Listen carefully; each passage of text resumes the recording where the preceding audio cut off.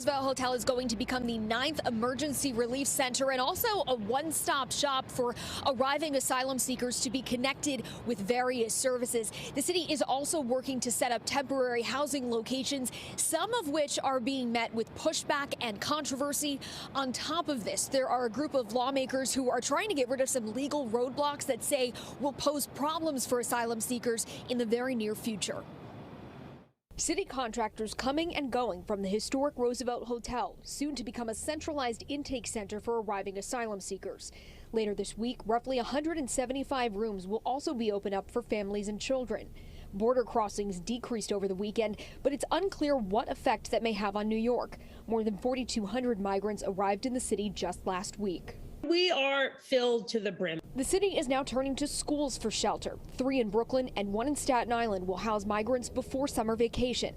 At least 75 migrant men are housed in the detached gym of PS 188 on Coney Island. I don't know anyone that thinks using schools as shelters is a good idea. My concern is I have a 9-year-old daughter, or a safety issue. I understand it's separate entrance and stuff, but you just never know. In the meantime, local leaders are looking ahead. Federal government could act tomorrow. Congressman Dan Goldman is one of 13 Democratic New York lawmakers asking Washington to waive the mandatory 180-day waiting period to apply for a work permit after filing for asylum.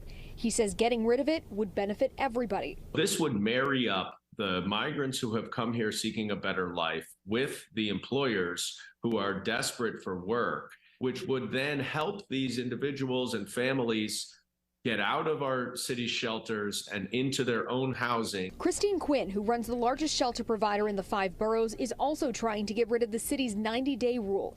It requires people to live in shelters for 90 days before even trying to find more permanent housing.